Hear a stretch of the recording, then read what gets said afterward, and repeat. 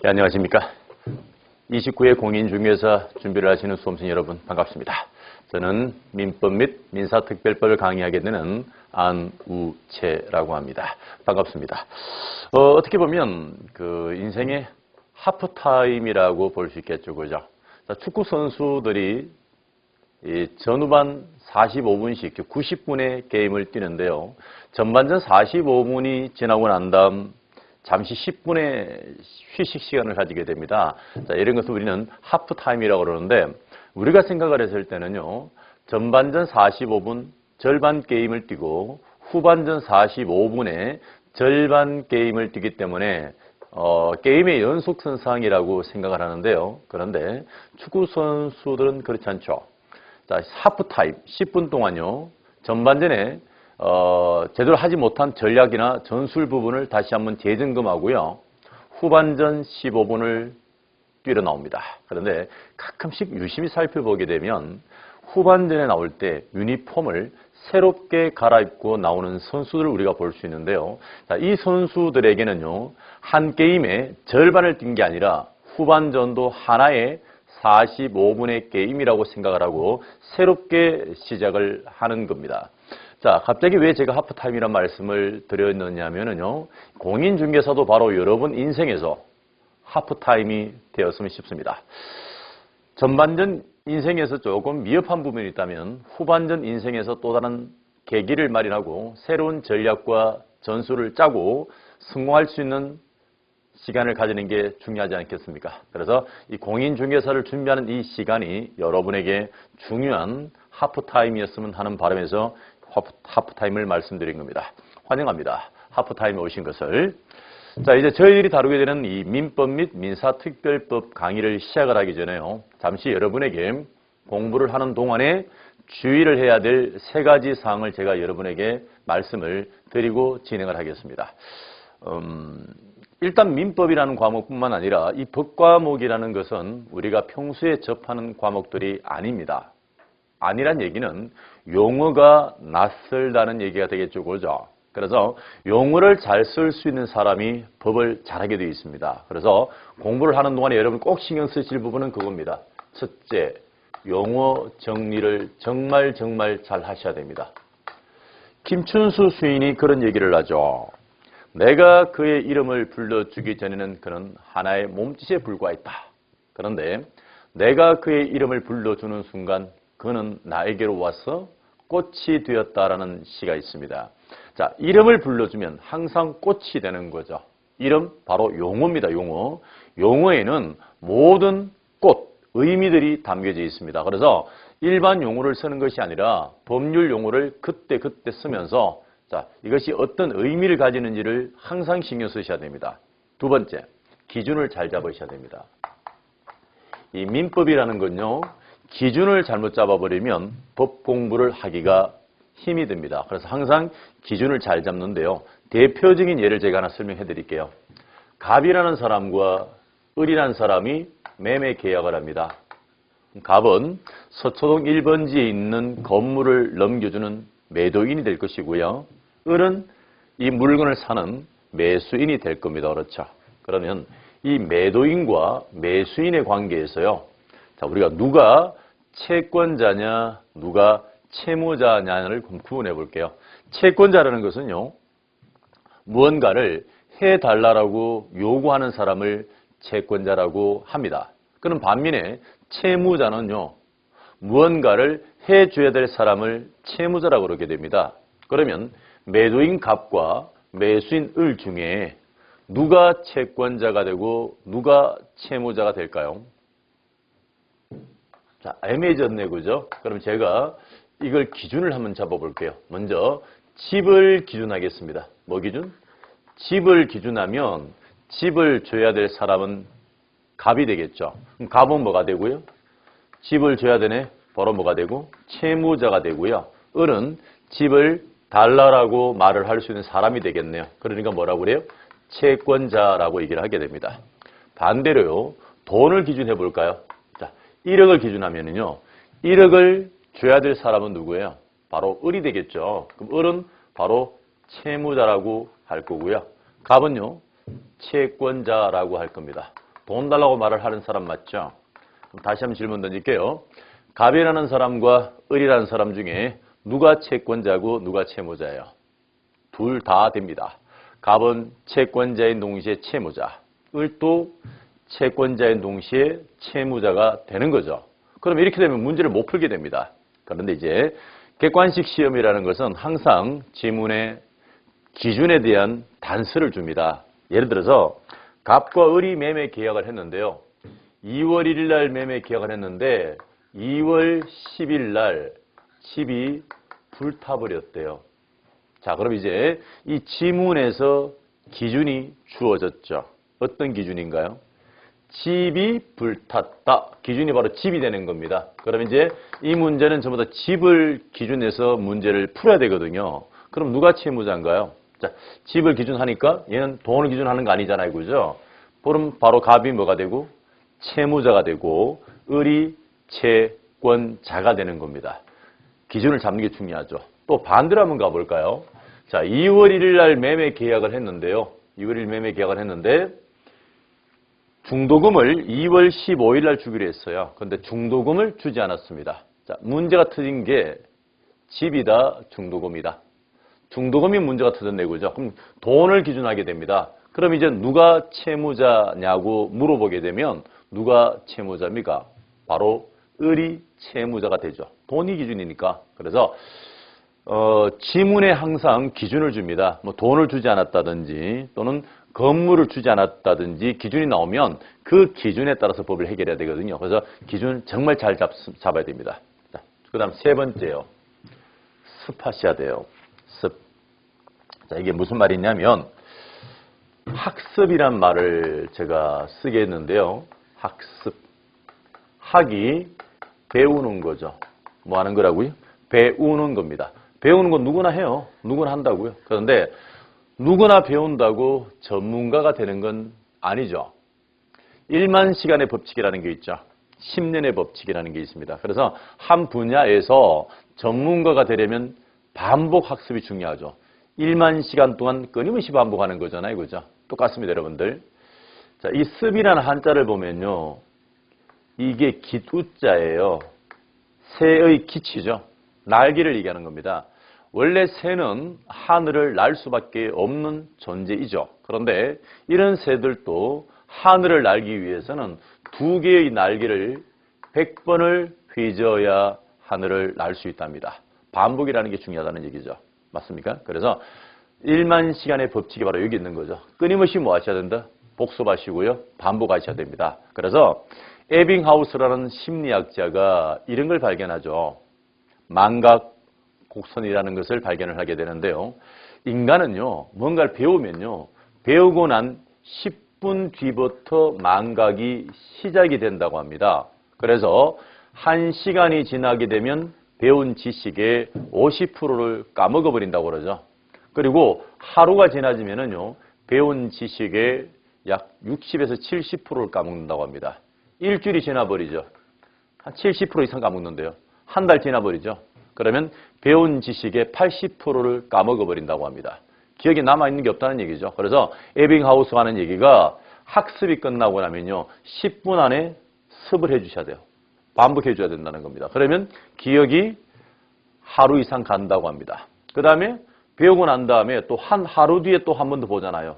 하루 뒤에 보면 까먹은 걸 다시 원상복구를 시킨답니다. 다시 100% 기억을 하고 있다는 얘기죠. 그리고 일주일 안에 한 번을 보면 기억이 한 달 이상 진행이 된다고 그러죠. 그리고 또 한 달 안에 한 번 더 보면 까먹었던 지식을 다시 원상복구한다고 그러죠. 그래서 한 달 안에 4번 정도를 반복을 해주게 되면 이때부터는요.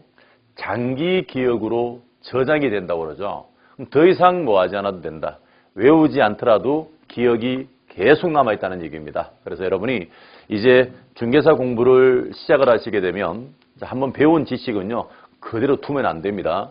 배웠다고 머릿속에 남아있다고 생각하지 마시라는 얘기죠. 그럼 어떻게 하셔야 된다고요? 배운 거 10분 안에 한번 복습해 주시고요. 계속 복습해 주셔야 돼요. 근데 복습을 하는 문제가 있죠. 학생들이 이제 어떻게 하느냐면 꼼꼼하게 모든 걸 복습하려고 하시거든요. 그러면 힘이 들어요. 배운 건 4시간인데 복습은 5시간씩, 6시간씩이에요. 그러면요, 능률적이지 않습니다. 그래서 복습을 어떻게 하느냐면, 빠른 시간 내에 빨리 기억을 해줘야 돼요. 그래서 한번 보고 난 거 깊게 보지 말고 10분 동안에 가볍게라도 봐주라는 얘기죠. 그리고 하루 만에 다시 한번 가볍게 봐주고 계속 봐주라는 얘기죠. 그러면 기억이 오래 간다는 얘기입니다. 그래서 끊임없이 여러분이 뭘 하셔야 된다? 습하셔야 됩니다. 아셨죠? 예습보다는 복습이 훨씬 중요하기 때문에 복습에 많은 시간을 투자를 하셔야 됩니다. 자, 이제 민법을 체크할 텐데요. 그래서 항상 용어 정리를 잘하게 하셔야 되고요. 용어가 가지고 있는 의미까지도 정리를 좀 해내셔야 되고요. 두 번째, 어떤 문제가 터지게 되면 기준을 잘 잡는 연습을 하셔야 됩니다. 세 번째, 공부한 거 10분 안에 복습하고 하루 안에 복습하고 일주일 안에 복습하고요. 한 달 내에 꼭 한 번 해주시는 건, 자, 이거 꼭 실천하는 거 중요하거든요. 또 이제 제가 마지막으로 드리고 싶은 얘기가 뭐냐면 이 공인중개사란 이 시험은요. 100m 달리기를 하는 단거리 게임이 아닙니다. 1년이라는 긴 시간을 달려하는 마라톤 게임이죠. 그러면 마라톤에 맞는 게임 운영 능력을 가져야 되죠. 그래서 빨리 달려야 될 때, 좀 쉬어가야 될 때를 잘 조절을 하는 게 중요합니다. 우리 보통 이런 얘기하죠. 작심삼일이라고 얘기합니다. 오랫동안 해야 될 일을 초반에 너무너무 열심히 하다 보면 3일도 못 가서 지쳐버리게 되는 거죠. 그래서 성공이라는 부분에서 많은 실패를 가져오게 되는 겁니다. 제가 드리고 싶은 얘기는요. 이런 얘기입니다. 먼 길을 떠나는 자, 가볍게 떠난다고 했습니다. 먼 길을 떠나는 사람이 짐을 무겁게 가지고 떠나게 되면요. 얼마 가지 않아서 지쳐버리는 거죠. 그러니까 어떻게 가볍게 가는 마음을 가지시라는 얘기입니다. 그래서 공부를 하실 때요. 너무 전문용어로 말씀드리면 빡시게 하지 말라는 얘기입니다. 복습도 가볍게 하시고 학문도 가볍게 들으시라는 얘기죠. 너무 빡시게 하면요. 작심삼일입니다. 오래 못 갑니다. 지쳐버립니다. 그래서 먼 길을 떠나는 사람 가볍게 떠나시고요. 제가 이 얘기는 시즌이 끝난 마지막 날 또 한 번 할 겁니다. 과연 여러분이 가볍게 떠나고 있는지, 내가 용어 정리를 잘하고 있는지, 기준을 잘 잡고 있는지, 그리고 나는 습했는지, 오케이? 끊임없이 반복하시고 자기 스스로 질문을 하셔야 됩니다. 이 네 가지만 여러분이 잘 지켜주시면 1년이란 이 수험 생활이 쉬울 겁니다. 근데 이걸 못 하셔요, 여러분들. 그래서 1년 내내 빡시게 공부를 하다 보니까 놀지도 못하고 공부도 안 되고 그리고 떨어지죠. 여름에 휴가를 갑니다, 여러분들. 휴가 갈 때 휴가를 가죠. 가는데 어떻게 하느냐. 캐리어나 가방 안에요. 민법 책을 넣어서 가는 거죠. 가서 휴가 간 날도 민법 책 보죠. 그럼 민법도 못하고 휴가도 못 보내는 겁니다. 자, 할 때는 과감하게 놀아주시고요. 공부할 때는 열심히 집중해서 공부하는 그런 것들이 필요할 것 같습니다. 그래서 네 가지만 잘 지켜주십시오. 용어 정리 잘 하시고요. 기준 잘 잡으시고요. 학습하시고요.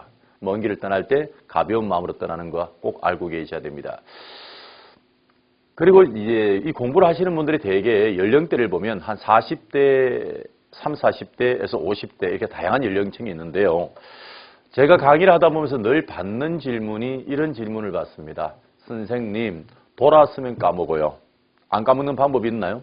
있죠. 안 돌았으면 되지 뭐. 근데 돌아서지 않을 수는 없는 거죠. 까먹습니다. 근데 걱정하지 마십시오. 여러분이 지금 스타트한 이 라인에서 보면은 자주 까먹고 실력이 쌓이지 않는 것처럼 보일런지는 모르겠지만 시험이 10월 달에 치는데요. 자, 9월 달이나 10월 달에 가서 여러분의 지금의 모습을 돌아보게 되면 과연 그때도 이 수준일 수는 없겠죠. 그죠? 많이 올라와 있을 겁니다. 이때 제가 드리고 싶은 얘기는 하나죠. 콩나물 씨루 밑이 빠져 있습니다. 자, 콩나물을 키우기 위해서는 물을 줘야 되거든요. 근데 콩나물 씨루는 밑이 구멍이 숭숭 뚫려 있죠. 그러다 보니까 물을 부어주는 순간 다 빠져버립니다. 다 빠져버려요. 근데 끊임없이 물을 주잖아요. 신기한 현상이 벌어집니다. 다 빠졌을 것이라고 생각을 했던 이 콩나물 씨루에서 콩나물이 자란다는 얘기입니다. 쑥쑥 자랍니다. 아셨죠? 밑 빠진 독에 물을 부어도 다 까먹는 것처럼 보이지만 이것이 어디에 남아있다? 실력으로 남아있습니다. 그래서 공부를 하시는 동안에 까먹었다, 잊어먹었다 라고 슬퍼하지 마십시오. 여러분도 모르는 사이에 콩나물이 자랍니다. 바로 여러분이 누구냐면 시루 속에 있는 콩나물이라는 걸 꼭 명심하시고요. 자, 슬퍼하거나 노여하지 마시고 천천히 오랜 시간 동안 공부를 꾸준히만 해주시면 되겠습니다. 자, 이제 본격적으로 민법을 시작을 하도록 하겠습니다.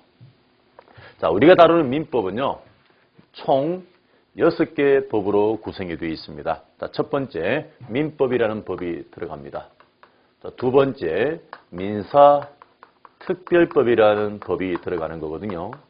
자, 우리가 다루는 민사특별법은 수많은 법이 있지만 그 중에서도 시험에서 연관되는 것은요, 5개의 법을 저희들이 배울 겁니다. 5개. 그래서 민법 하나, 민사특별법 하나, 총 6개의 법을 배우게 되고요. 자, 민법의 구성 체계를 보게 되면 어떻게 구성이 되어 있느냐면 첫 번째, 총칙이라는 파트가 있습니다.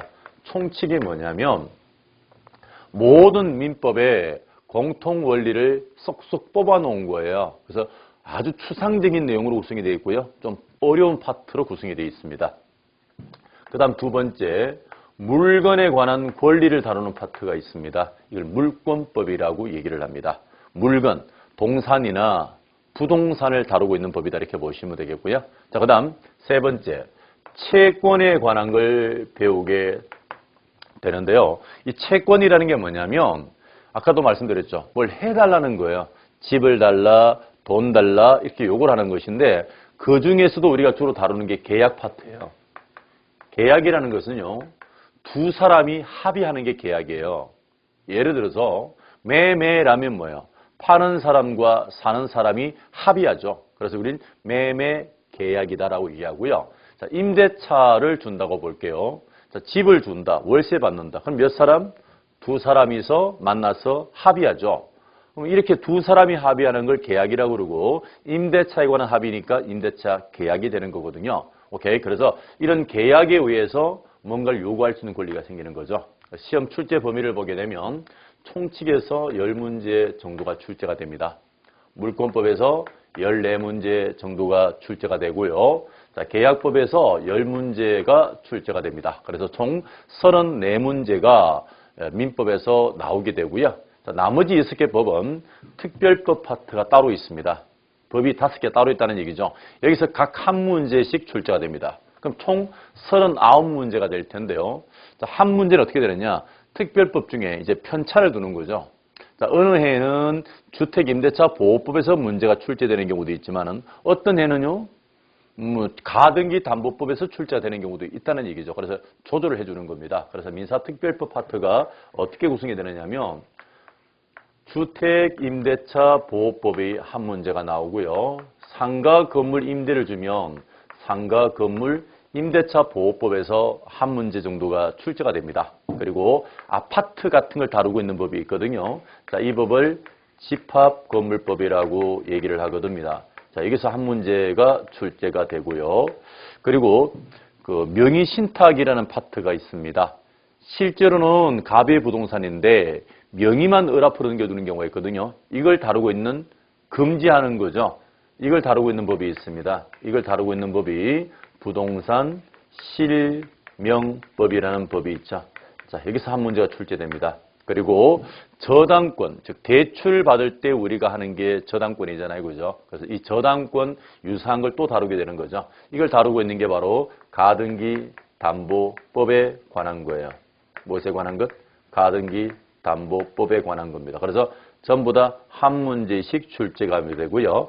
자, 나머지 한 문제는 좀 편차를 둔다 그랬죠. 어떤 애는 주택임대차 보호법에서 한 문제를 더 주고요. 상가임대차 한 문제를 더 주거나 집합건물법 또 이렇게 나눠진다는 얘기죠. 작년도 시험, 즉 28회 공인중개사 시험에서는요. 주택임대차 보호법이 2문제가 출제가 되었던 겁니다. 오케이. 이렇게 문제 출제되고요. 자, 우리가 이 지피지이면 백승이라고, 백전백승이라고 얘기를 했잖아요. 그죠? 뭘 말하느냐? 나오는 비율이 정해졌다는 얘기는 나오는 파트가 거의 정해졌다는 얘기입니다. 그래서 평소에 나오는 것만 열심히 해도 우리는 충분히 뭐 할 수 있다?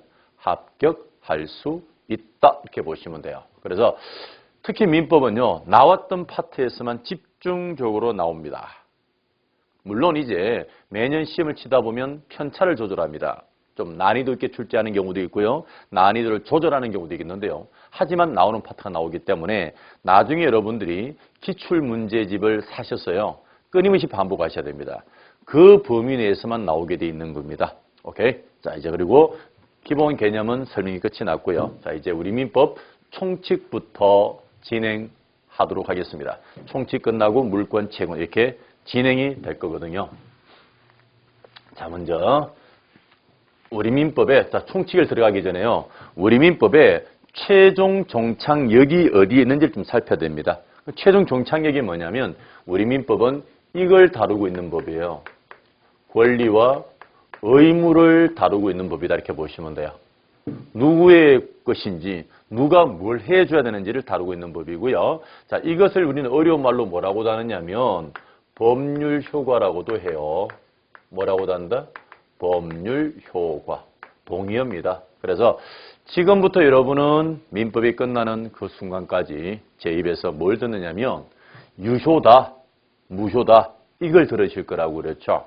유효다, 무효다. 그래서 이걸 배우는 겁니다. 그럼 유효라는 말은 무슨 말인가요? 권리와 의무가 있다라는 뜻이고요. 무효라 그러면은요. 권리와 의무가 없다 이걸 배우는 겁니다. 오케이. 자, 그런데 이게 결과라면은요. 모든 이 결과가 있다면 뭐는 있다는 얘기죠?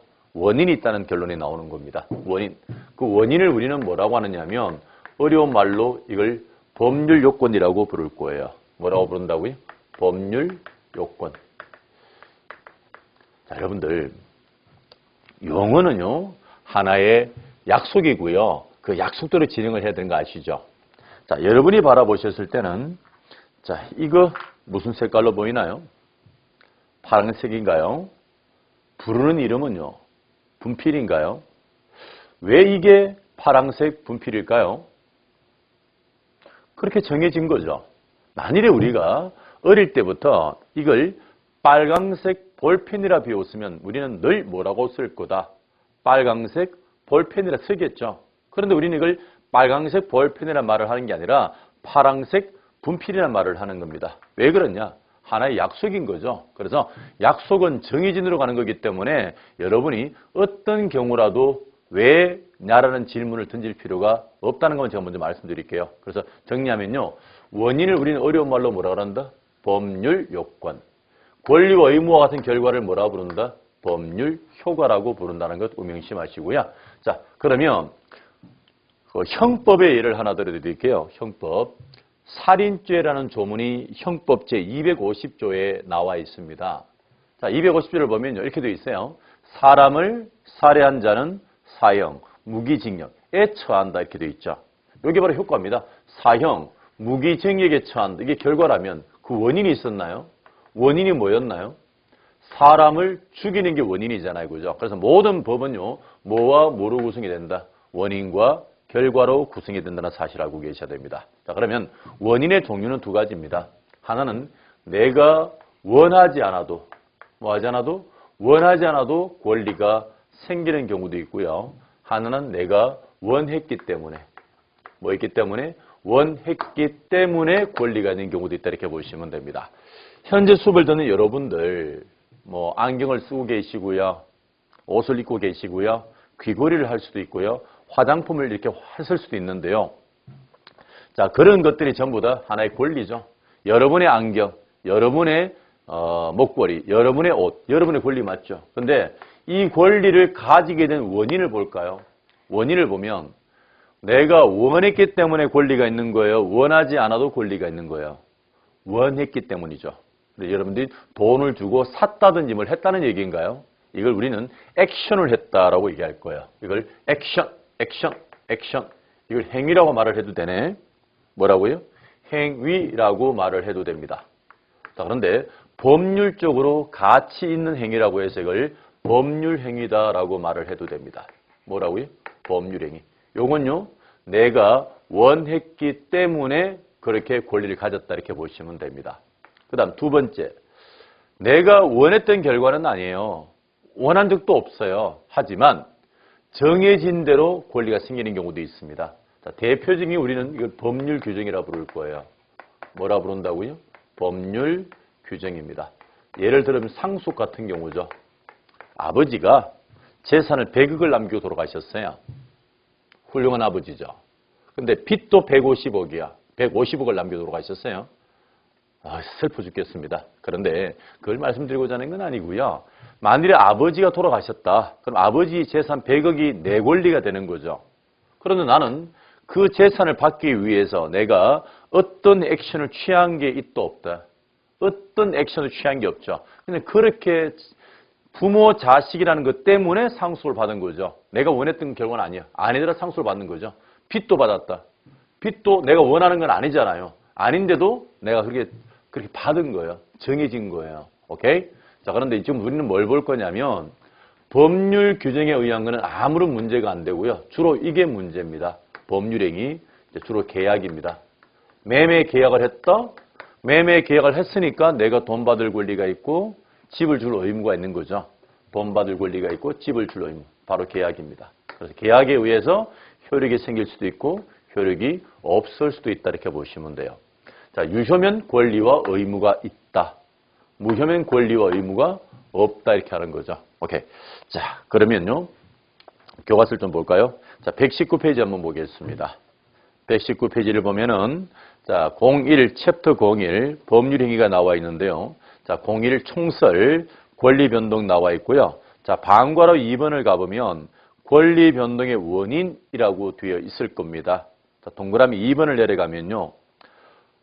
권리 변동을 일으키는 원인, 즉 법률행위와 법률 규정을 뭐라고 부르고 법률 요건이라고 부르고 이러한 권리 변동을 뭐라고도 한다. 법률 효과라고도 한다. 오케이. 자, 이제 그중에 뭐가 더 중요하냐면 법률 행위가 중요하죠. 자, 동그라미 1번으로 올라오시면 동그라미 1번이에요. 자, 첫째 줄에 이런 말을 썼을 겁니다. 당사자가 원하는 대로 법률 효과가 발생하는 법률 행위. 맞죠? 또 당사자의 의사와는 관계없이 효과가 생기는 법률 규정. 두 가지가 있다 이렇게 되어 있죠. 우리는 뭘 위주로 볼 거냐? 법률 행위 위주로 봅니다. 그래서 법률 행위의 핵심 요소가 뭐냐면 의사표시라는 거예요. 뭐라고요? 의사표시라는 겁니다. 자, 예를 들어서 사람이 뭔가를 하려면 의사표시 해야죠. 커뮤니케이션 해야 되겠네요. 근데 계약은요. 두 사람이 나와야 되죠. 파는 사람, 사는 사람. 이게 매매 계약이고요. 임대차 계약은 세를 주는 사람, 세를 들어가는 사람. 두 사람이 나와야 되겠네. 그죠? 그럼 어떻게 해요? 두 사람이 의사표시에 있는 걸 우린 계약이라 부릅니다. 반대로 유언 있죠. 유언. 유언은 두 사람이 한다. 한 사람이 해도 된다. 한 사람이 해도 되죠. 그죠? 유언장 적으면 되지. 굳이 누구와 같이 유언장을 적을 이유가 없죠. 이렇게 혼자서도 할 수 있는 행위를 우리는 단독행위라 부르게 됩니다. 뭐라고요? 단독행위. 두 사람이 있어야 되는 걸 우리는 뭐라 부르고? 계약행위라고 부르게 되죠. 그래서 어쨌든 의사표시가 두 개면 계약이라는 행위가 성립하는 것이고요. 의사표시가 한 개면 단독행위입니다. 그래서 자, 아래쪽을 좀 내려가면요. 네모 2번에 법률행위 의의가 나와 있죠. 자, 방과를 1번을 보니까 법률행위란 이렇게 되어 있고요. 하나 또는 수개의 의사표시를 불가결의 요소로 한다. 자, 하나면 뭐라고 그러고요? 단독행위. 두 개면, 수개면 주로 계약이다 이렇게 보시면 되겠네요. 자, 사람으로 따지면요. 심장과 허파가 있어야만 사람이 살 수 있는 거죠. 심장과 허파가 없으면 사람은 살 수가 없습니다. 바로 법률행위는요. 법률행위가 사람이라면 의사표시는 바로 심장입니다. 심장이 멎으면 사람도 죽듯이 의사표시가 무효가 되면 법률행위도 뭐가 된다? 무효가 되는 거기 때문에 필수 불가결의 요소라고 얘기합니다. 자, 다음 페이지 넘어갈게요. 자, 120페이지를 넘어오시니까 네모 3번을 보니까 법률행위의 종류 이렇게 되어 있죠. 단독행위 있나요? 단독행위 있네. 의사표시 몇 개? 하나. 계약은요. 두 개의 의사표시가 있으면 되는 거죠. 오케이. 자, 우리는 앞으로 주로 계약 위주로 보고요. 특히 계약 중에 매매 계약 위주로 볼 거예요. 임대차도 계약이고요. 고용도 계약이고요. 매매도 계약이지만 대표적인 게 바로 매매거든요. 우리는 또 매매를 주로 중개를 하지 않습니까? 그렇죠? 오케이. 자, 121페이지 한번 가볼까요? 아래쪽입니다. 제가 터치하지 않는 부분은 신경 쓰지 마시라는 얘기죠. 그것까지 몰라도 우린 충분히 뭐를 할 수 있다? 시험에 합격할 수 있는 거고요. 자, 네모 4번을 보니까 법률행위의 성립요건, 효력요건 나와 있습니다. 자, 다음 페이지 넘어가 볼게요. 양과로 3번을 보니까 제목이 뭐라고 되어 있느냐면 법률행위의 일반적 성립요건, 일반적 효력요건이 나와 있네요. 자, 일반이란 말을 썼다. 이제 용어 정리 좀 하겠습니다. 일반이라는 말은 공통이라는 뜻이에요. 제가 질문을 던질게요. 제 이름이 뭐다? 제 이름은 안우채입니다. 자, 요거 제가 질문을 던졌는데요. 이 질문은 누구에게 던진 질문일까요? 수업을 듣는 모든 학생들에게 던진 질문이 되겠죠. 공통 질문이 됩니다. 공통적인 걸 우리 뭐라 불러요? 일반적이라고 말을 하는 거고요. 그런데 제가 수강생 한 분을 딱 찍어서 성함이 어떻게 되세요? 라고 물을 수 있죠. 맞나요? 딱 찍었다? 그럼 그거는 모든 수강생에 대한 공통 질문이 되는 건 아니죠. 그 사람에게만 딱 해당되는 질문인가요? 이런 질문을 개별 질문이라고도 하기도 하고 특별 질문이라고도 하는 거죠. 그러면 공통되는 걸 일반이라 한다면 개별적인 걸 우리는 특별이라고 말을 하는 거죠. 반대되는 개념입니다. 자, 그 중에 우리가 일반적 성립 요건하고요. 일반적 효력 요건을 한번 살펴볼게요. 자, 법률행위 파트입니다, 여러분들. 유언을 하든 매매 계약을 하든 임대차 계약을 하든 계약이 이루어지려면 유언이 되려면 즉 성립을 하기 위해서라면입니다. 성립하려면 갖추어야 될 요건이 우리 법에 있습니다. 그중에 공통 요건이 있죠. 유언을 하든 매매 계약을 하든 임대차 계약을 하든 고용 계약을 하든 하는 사람이 있어야 되겠죠. 예를 우리는 당사자가 있어야 된다고 그래요. 누가 있어야 된다? 당사자가 있어야 됩니다. 두 번째, 당사자가 있다고 계약이 되는 건 아니고요. 얘들이 다 원하는 바가 있습니다. 집을 파는 사람은 돈을 원하는 것이고요. 집을 사는 사람은 돈을 주고 집을 원하는 거죠. 고용계약도 마찬가지고요. 임대차 계약도 마찬가지죠. 얘들이 개별적으로는 원하는 바가 다 다르지만 공통적으로 원하는 건 다 들고 있다는 얘기죠. 이런 걸 우리는 원하는 바, 이걸 뭐라고 하느냐? 목적이라고도 합니다. 뭐라고 돼? 목적 또는 내용이다라고도 얘기하는 거죠. 그래야 계약이 성립하는 거죠. 그러면 당사자가 있고 목적이 있다고 계약이 이루어질까요? 유언이 이루어질까요? 그건 아니겠죠. 그죠? 내가 가진 생각을 밖으로 표출을 해야 됩니다. 한마디로 뭐가 있어야 된다고요? 의사 표시라는 것이 있어야 됩니다. 그래서 요 세 가지가 있어야만 유언이든 매매 계약이든 임대차 계약이든 모든 법률 행위가 성립하는 공통 요건이라고 부르게 돼서 일반적 성립 요건이라고 합니다. 당, 목의 요걸 갖춰야 됩니다. 자, 그다음 두 번째. 성립을 하면 무조건 유효되느냐? 그건 아닙니다. 자, 성립을 해도요. 유효가 되기 위한 요건이 또 있습니다. 이걸 우리 뭐라고 부르냐면 효력 요건이라고 부릅니다. 뭐라고요? 효력 요건입니다. 유효되게 한 요건이에요. 그래서 우리 법이 정한 겁니다. 제가 아까 이렇게 말씀을 드렸나요? 이걸 파란색 분필이라는 말을 했는데요. 빨강색 볼펜이라는 말을 하지는 않는 거죠. 그럼 그대로 가는 거죠. 법에서 요구하는 건 그대로 따라가라는 얘기죠. 그래서 우리 법이 요구하는 것, 효력을 발생하려면 당사자에게 능력이 있어야 되는데요. 뭐가 있어야 되는데요? 능력이 있어야 됩니다. 그리고 하고자 하는 바가 무언지가 명확해야 된답니다. 이걸 확정이 돼야 된다고 그래요. 막연히 집을 팔겠다가 아니라 구체적으로 1번지 집을 1억에 팔겠다라고 구체화를 시키라는 얘기죠.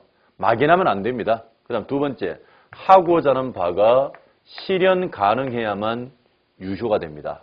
불가능하면 할 수가 없는 거잖아요. 그 다음 세 번째, 당사자가 하고자 하는 바가 적법해야 됩니다. 법률의 테두리를 벗어나지 말라는 얘기죠. 그 다음 사회적으로 뭐를 해야 된다? 타당해야 됩니다. 그래야만 내가 원하는 바가 확정이 되고 가능하고 적법하고 타당해야만 원하는 효력이 생긴다는 얘기죠. 그 다음 세 번째, 의사표시인데요. 제가 지금 식당에 가서 먹고 싶은 음식이 있습니다. 그 먹고 싶은 음식이 김치찌개입니다. 그럼 내가 원하는 바가 김치찌개죠. 그럼 나는 뭐라고 의사를 표시해야 돼요? 김치찌개를 달라라고 의사를 표시해야만 내가 원하는 김치찌개를 먹을 수가 있습니다. 그런데 제가 휴대폰 통화를 한다고 하면서요. 자, 김치찌개를 주문한다는 생각을 했던 거예요. 근데 갑자기 까먹어버린 거야. 종업원이 와서 뭐 드시겠냐고 물어보니까 나도 모르게 내 눈에 맨 먼저 들은 게 뭐냐면 된장찌개예요. 그래서 나도 모르게 된장찌개를 달라고 그런 거죠. 자, 그럼 의사와 표시가 일치하지 않는 일이 벌어진 거죠. 그럼 내가 원하는 바가 김치찌개인데 김치찌개를 못 먹을 수가 있다는 얘기죠. 그럼 먹으려면 어떻게 해야 돼? 김치찌개라 말을 하라고. 된장찌개를 주문했다. 나중에 나온 게 된장이잖아요. 아, 이런 된장 못 먹는 겁니다. 이해되셨죠? 그래서 내가 원하는 효력이 발생하려면 의사 표시가 있다는 것만으로 끝나는 게 아니라요. 의사와 표시가 일치를 해야 되고요. 자, 일치를 하는데 뭐가 없어야 된다? 하자가 없어야만 내가 원하는 효력이 그대로 발생하는 사실을 명심하셔야 됩니다. 그래서 이런 것들을요. 모두 갖추잖아요. 모두 갖추면 뭐가 되는 거예요? all 갖춰도 all. 모두 갖추면 이 법률 행위는 뭐가 되고? 유효. 내가 원하는 그대로 효력이 생기는 것이고요. 이 중에 어느 하나라도 빠져버리면요. 빠져버리게 되면 내가 원하는 효력이 발생하지 않을 수 있습니다. 그럼 아예 처음부터 뭐 무효가 될 수도 있다는 얘기죠. 또 반대로요. 우리 법에는 취소할 수 있는 사유가 정해져 있어요. 자, 교과서 122페이지 양과로 4번에 보니까 무효인 법률행위와 취소할 수 있는 법률행위라는 게 있죠. 취소라는 게 뭐냐면요. 일단 취 있다는 얘기죠. 뭐가 있다는 얘기인가요? 효력이 있는 것을요. 나중에 무효화시킬 수 있는 것들이 있다는 얘기입니다. 이걸 취소할 수 있는 법률행위라고 그러게 됩니다. 그래서 우리 법에는요. 거기 박스 보이시죠? 취소할 수 있는 법률행위가 4가지가 딱 정해져 있어. 4가지. 그 4가지가 바로 뭐냐면 제4강착이라는 게 있어요. 그냥 결론부터 외우면 갑니다. 외우고 뭐라고요? 제4강착은 우리 민법이 뭐 할 수 있는 걸로? 취소할 수 있는 거래요. 자, 제가 뭐냐면 제한 능력자가 하는 행위예요. 누구라고요? 제한 능력자가 하는 법률행위입니다. 자, 123페이지로 오시게 되면 사람이면 누구나 행위를 할 수 있대요. 이걸 행위 능력이라고 그러게 됩니다. 매매 계약도 할 수 있고요. 임대차 계약도 할 수 있고요. 뭐 고용 계약 다 할 수 있는데요. 그런데 세 사람은 이런 행위를 하지 못하게 브레이크를 걸어 놓은 거죠. 그 사람이 세 사람 있나요? 바로 누군가요? 미성년자, 그리고 피한정 후견인. 또 한 사람 누구예요? 피성년 후견인 나와 있죠. 2번, 3번, 4번이 나와 있는데 시험은 내는 거 아니니까요. 가볍게 보시면 되고요. 자, 미성년자는 19세 미만인 자를 얘기를 하겠죠. 그죠? 자, 반면에 피한정 후견인은 누구냐면요. 자, 둘째 줄에 그런 말을 썼죠. 밑줄 그어볼까요? 부족한 사람. 누구? 부족한 사람. 하루 왼종일 내 정신으로 사는 게 아니라 가끔씩 남의 정신으로 사는 사람들이 있습니다. 뭔가 부족한 사람들이 되죠. 이런 사람들이 행위를 한다. 좀 못하게 막아야 되겠죠. 그 다음 피성년 후견인인가요? 자, 둘째 줄에 밑줄을 좀 그어 있습니다. 지속적으로 결여된 사람이라고 되어 있습니다. 이 사람은요. 하루 왼종일을 자기 정신으로 사는 게 아니라 남의 정신으로 사는 사람을 얘기하는 거예요. 완전히 정신 나간 사람이죠. 자, 이런 사람들은 제대로 계약을 할 수 없게 만들어야 되겠죠. 그래서 능력을 제한을 시켰습니다. 그래서 이런 자들이 만일에 계약을 했다면 우리 민법은 취소를 할 수 있다고 합니다. 취소는요. 일단 뭔데? 유효지만 나중에 취소를 해버리면 무효로 바꿀 수 있는 행위들을 이렇게 보시면 됩니다. 법에 정해진 대로 가는 거고요. 자, 사기죠. 사기. 강박, 협박을 얘기합니다. 뭘 말한다고요? 협박을 얘기합니다. 착오에 의한 의사표시를 말합니다. 그래서 우리 민법은 만일에 이 중에 모든 걸 갖추면 유효가 되지만 이 중에 어느 하나라도 빠져버리는 순간에 무효가 되거나 취소가 되는데 그 중에 취소 사유는 4가지가 정해져 있으니까 달달달도 외워주셔야 됩니다. 제, 사, 강, 착은 뭐 할 수 있다? 취소할 수 있는 법률행위예요. 자, 교과서 122페이지를 볼까 하면 맨 위에 박스에 일반적 성립 요건이라는 게 있고 일반적 효력 요건이라는 게 있죠. 당사자에게 뭐가 있고 능력, 하고자 하는 바는 확정, 가능, 적법, 타당해야 되고요. 의사와 표시는 일치하고 일치하는데 뭐가 없어라? 하자가 없어야 되면 유효다라는 것만 정리하시겠습니다. 자, 이번 시간 여기까지 끝을 내고요. 자, 다음 시간에 123페이지 법률행위의 목적부터 다루겠습니다. 시험은요, 목적부터 나오기 때문에 여기서부터 열심히 하시면 됩니다. 자, 다음 시간에 뵙도록 하겠습니다.